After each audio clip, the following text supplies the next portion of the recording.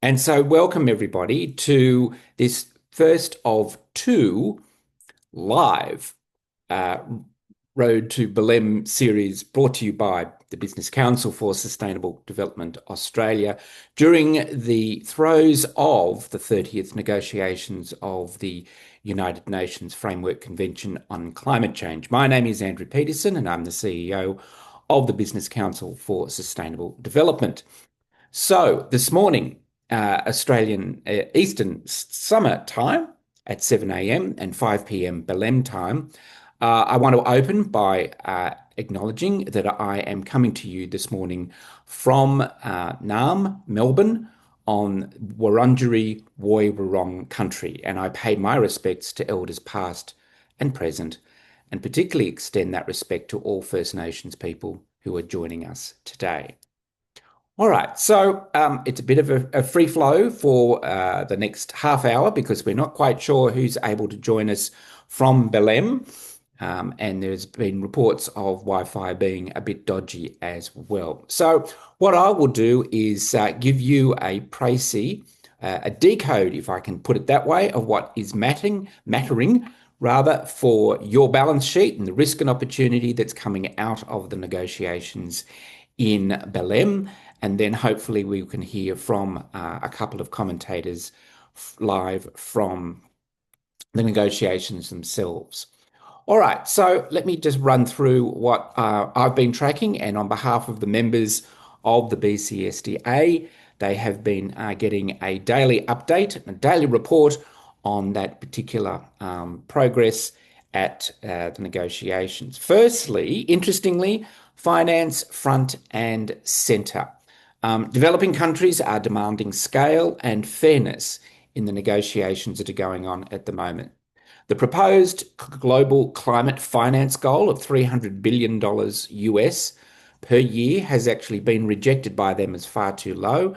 Many developing countries are already calling for at least a tripling of the adaptation finance and the use of grants instead of loans. This is not a language that we've not heard before.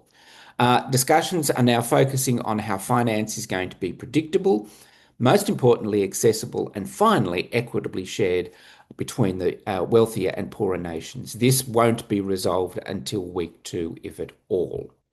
Secondly, the adaptation targets. It's not unusual for the conversation to be around what are the mitigation targets that need to be identified and agreed to, but this time we've had a really interesting progress on the adaptation or the global adaptation indicators that might actually be applied in the final communique.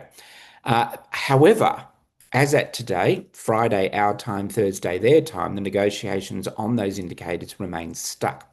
At the moment, countries are not agreed on a single framework for how to measure progress on adaptation. And some countries are actually fearing a rigid target will restrict national flexibility. You will recall that in Australia's case, we launched our national adaptation plan at the same time as the launched NDC, or Nationally Determined Contribution for 2035, only about 6 weeks ago. So it'll be interesting to see where that goes. Other countries are wanting a universal set of metrics to track resilience and ensure accountability. So again, this will go to, no doubt, the decision makers, the ministers, as they arrive over the weekend and into week 2. What's really interesting is the third point, which is the fossil fuel transition is becoming a bit of a defining test. You'll recall that language in relation to phase out of fossil fuels has crept in over time, has been taken out, has been debated. Well, this time, for the first time in any COP, the talks have actually placed the phrase transition away from fossil fuels at the heart of the agenda. And Brazil's president, Luiz Inácio Lula da Silva, has actually called for a global roadmap to end fossil fuel dependence. It'll be interesting to see if his environment minister, Marina Silva, who has been actually building a really strong informal coalition of supportive governments, including Germany, Denmark, Colombia, and Kenya, actually get this over the line. It will be not insignificant if language finds its way into the final communique. Fourthly, we move to this notion of just transition, which has been one that has been not troubling, but it has been certainly occupying the minds of a number of negotiators, particularly over the last couple of days, where much of the week has actually been spent on debating how to pair fossil fuel phase down commitments with the obvious notion of how do you measure or what are the measures rather to protect jobs, energy security, and community rights. Something that's not unknown to Australian policymakers at the time, because this is exactly the kind of issue that Department of Treasury is wrestling with at the moment in relation to guidance on just transition for the development of corporate transition plans. A number of civil society groups who have been agitating quite strongly, particularly Indigenous groups over the last 24, 48 hours at the COP, are asking for, or demanding rather, stronger language on labour safeguards and Indigenous participation in transition planning. So stay tuned. This is a really strong Indigenous COP already, as we're seeing, and so it could well be that there is language that finds its way into the final communique. Moving on to the issue of carbon markets. Interestingly, they weren't supposed to be a big topic of discussion for this particular COP, but they've come under scrutiny, where there's been talk of the rules for international carbon carbon credit trading have actually been quite intense. Now, there's been the not unusual disagreement centred on environmental integrity of these nature-based credits that are now emerging and how they're going to ensure that emissions reductions are actually permanent, additional, and transparently recorded, where we heard this language before. Brazil has actually presented itself at this COP as a living laboratory, where it's actually launched a domestic carbon certification scheme, and pilots are expected with Sweden in the next few years. So it'll be interesting to see where they're properly documented and then the lessons are shared, if this is in fact a new pathway for the recognition of nature-based credits into the UNFCCC process. Stay tuned for that one.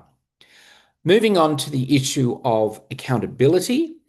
And in this particular case, we're talking about the accountability of climate finance promises.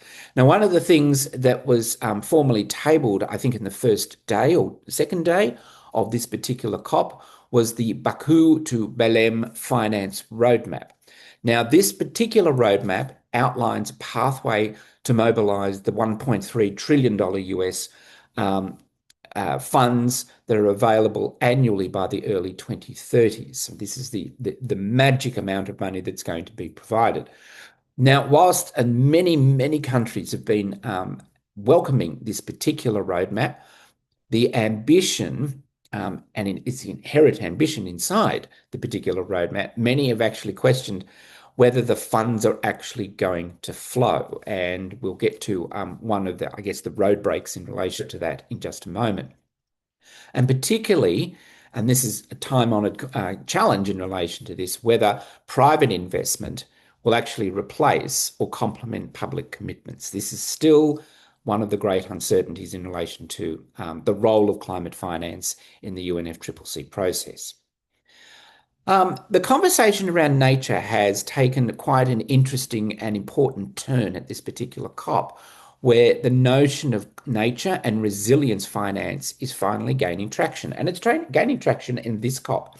It'll be interesting to see if it's passed on then into the Convention on Biological Diversity next year in Armenia at COP17. But for this one, there's been an announcement and, in fact, an endorsement by 44 countries of what's called a new mangrove catalytic facility. Now, this facility is designed to link coastal ecosystem protection with climate finance instruments. And you can see that there could be some relevant role and relevance into Australia by reason of the mangrove presence that has been identified in a number of blue carbon projects over the last couple of years.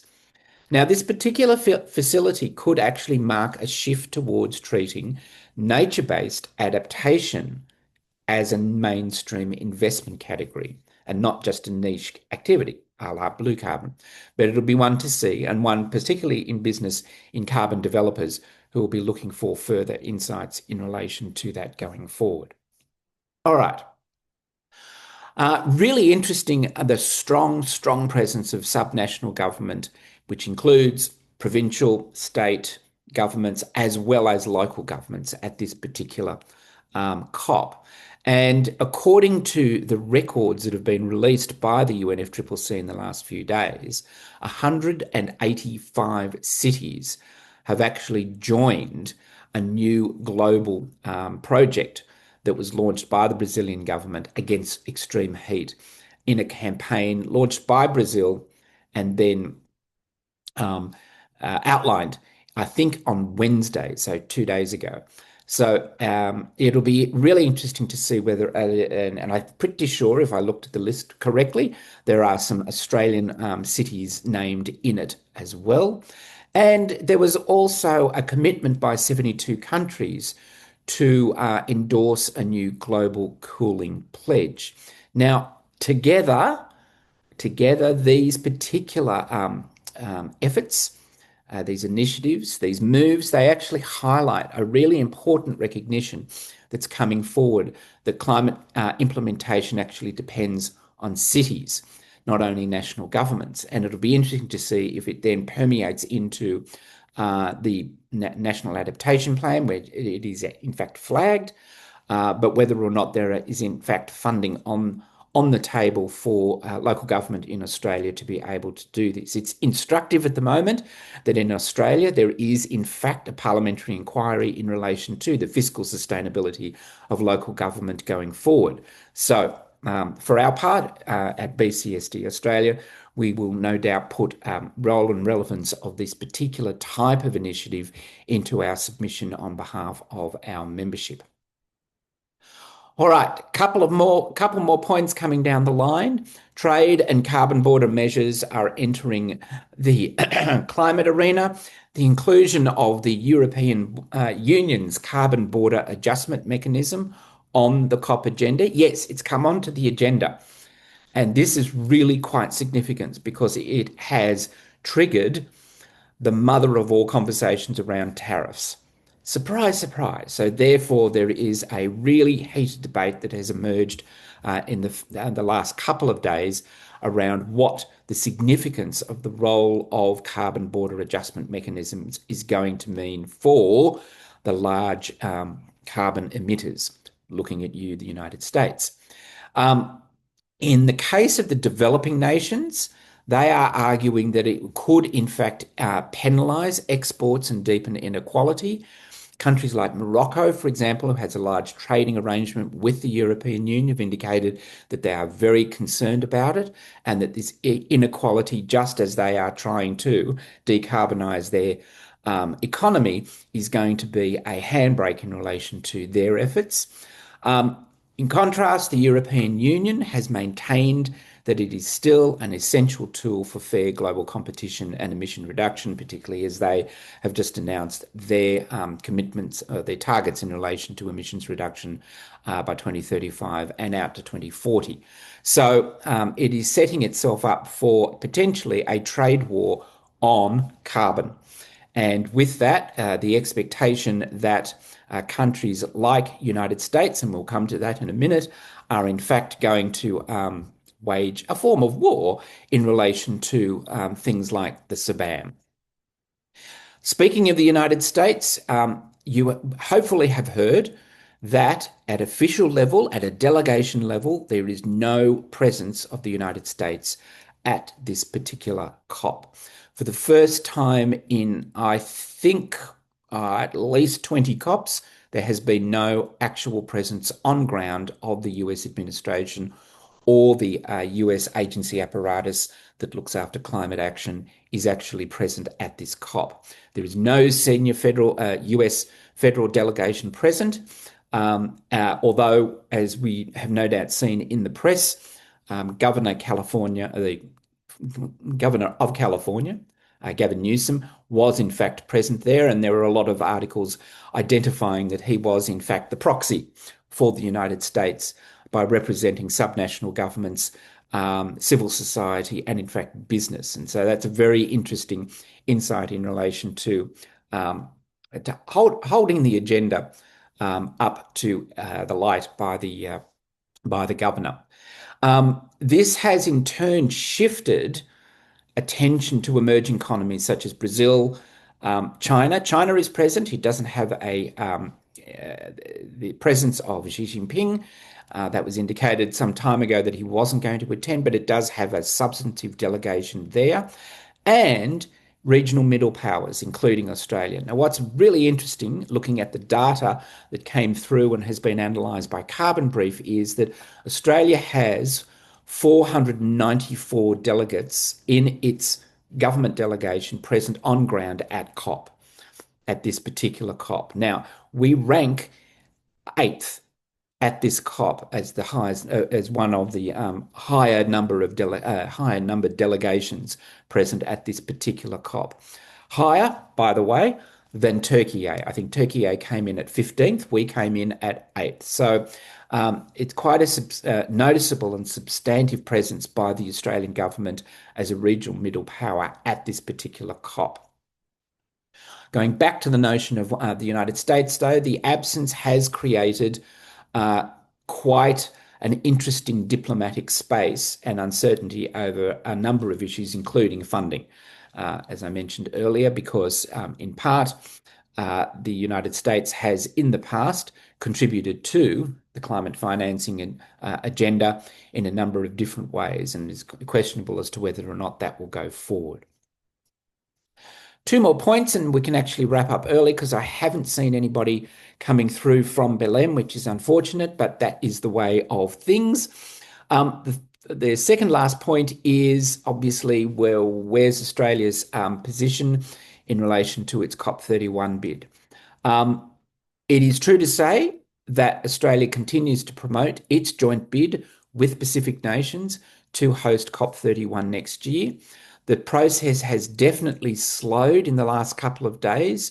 You will have read in the Australian press issues around cost concerns and questions about potentially co-hosting with Turkey A, which would be a fascinating way in which to run a particular COP.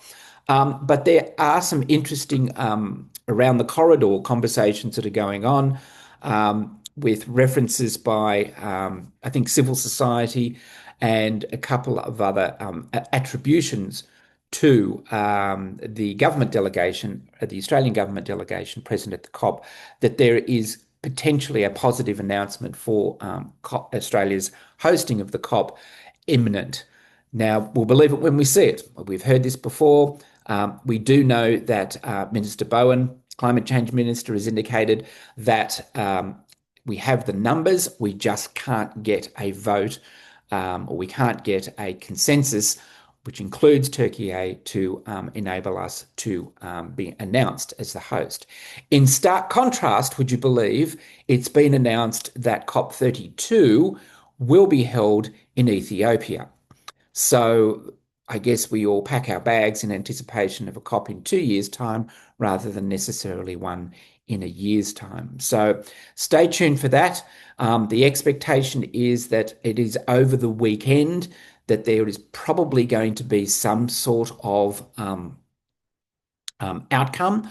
Why? Because Executive Secretary Simon Steele has purposed a rapporteur to try and get Australia and Turkey A to find a consensus on, and therefore an announcement around COP31, hopefully by the middle of week 2. So I guess we stay tuned.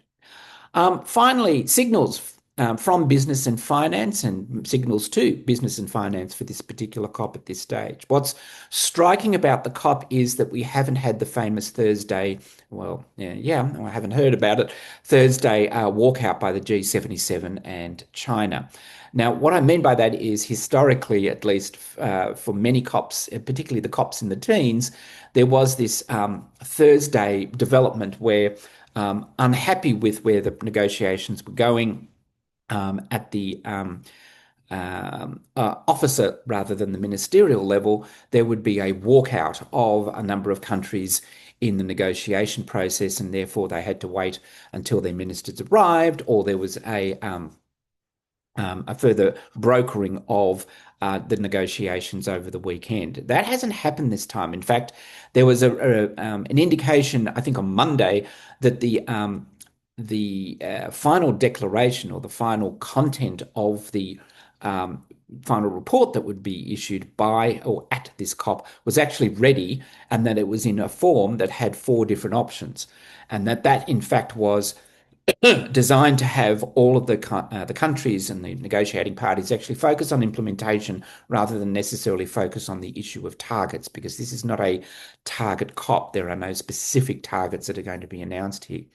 And yet that roadmap was pulled, I think, on Tuesday, and we haven't seen it since. And in point of fact, there was supposedly a briefing, I think, on Thursday morning, their time in Belém, by the COP president, but that was pulled at the last minute, and it's now been indicated it won't happen until Saturday morning their time, which is then sometime Saturday night, Sunday morning our time, about the progress in relation to the final output for this particular COP. But what's instructive is that this is the second largest attended COP in history. The largest, which was COP28, if memory serves, in Dubai, had 80,000. The report out of Carbon Brief is that there are 56,000 attendees at this COP, with a huge number coming from Brazil, which is not unexpected. Also, what's really interesting from my perspective, because I am this year a virtual attendee at the COP, or a virtual participant, is that the number of attendees that are virtual presence this time is the greatest it's ever been. And so you kind of expect that this going forward, there's going to be this hybrid notion of how these particular COPs are going to run. But in terms of the announcement by Business and Finance, the one that I thought was most interesting thus far is major private sector players, including BlackRock, their infrastructure arm in particular, and Banco Santander, which is the, I think, very large Spanish bank, backed a new carbon measures proposal, which will actually track emissions at the product level and downplaying the so-called indirect or supply chain emissions. We're looking at you, Scope 3. This is interesting because it does contradict the work, obviously, the GHG protocol and others.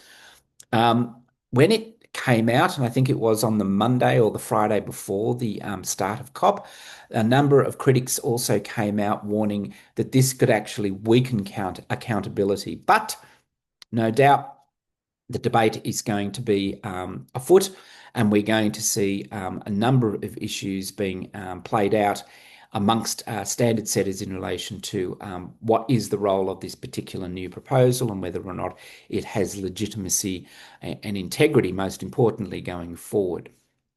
All right. Regrettably, we don't seem to have had anybody dial in from Belém, notwithstanding all the best efforts that we made in relation to trying to secure Wi-Fi and presence. And with that, at 7:24 a.m., I'm going to give you back 6, if not 5 minutes of your day, hopefully to go and get a cup of coffee or return to bed until 8 o'clock. It's probably not a good idea. You're up now, so keep going. And don't forget that the final road to Belém will be held next Friday at 7 a.m.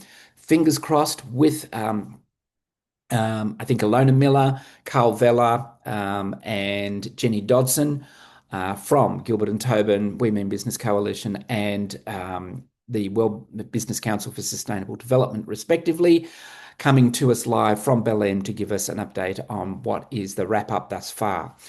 Interestingly, the contract for the site that's hosting the COP actually concludes, I think, at lunchtime on Saturday next week. So they've got to finish by then. Otherwise, they're all out on their proverbials, which is fascinating.